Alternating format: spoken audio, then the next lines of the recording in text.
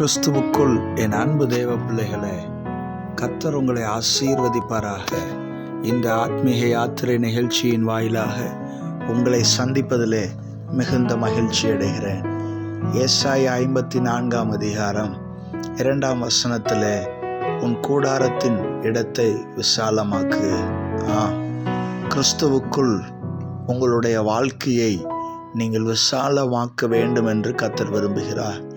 கனியுள்ள வாழ்க்கையை, தேவனுக்கு பிரியமான உங்கள் வாழ்க்கையை விசாலமாக்க கர்த்தர் விரும்புகிறார். அநேகருக்கு ஆசீர்வாதமாக கர்த்தர் உங்களை மாற்ற, கர்த்தர் உங்களை பயன்படுத்த விரும்புகிறார். கண்களை மூடி நாம் ஜெபிக்கலாம். அன்பும் இரக்கம் நிறைந்த நல்ல தகப்பனே, எங்களுடைய கூடார உம்முடைய பாதையிலே உம்மோடு கூட காணப்படுகிறது அப்பா. ஆகவே அந்த கூடாரத்தை விசாலமாக்க கர்த்தர் நீர் அனுக்கிரகம் செய்ய போகிற தயவுக்காக நன்றி. தொடர்ந்து நாங்கள் அனுதினமும் உம்மோடு வாழ்ந்து உம்முடைய கூடாரத்திலே அநேகருக்கு ஆசீர்வாதமாக எங்களுடைய வாழ்க்கையை வாழ அனுக்கிரகம் செய்வீராக.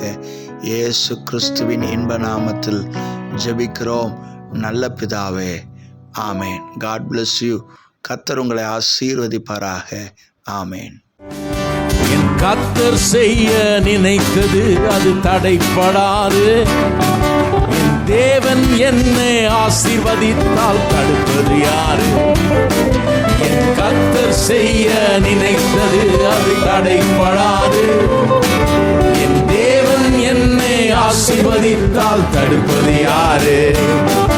என் தேவனால் நான் உயருவேன், என் தேவனால் நான் பெருகுவேன், என் தேவனால் நான் உயருவேன், என் தேவனால் நான் பெருகுவேன். நிச்சயம் நடக்கும், நிச்சயம் நடக்கும். சுற்றி உள்ள கண்கள் அதை பார்க்கும். என்னை சுற்றி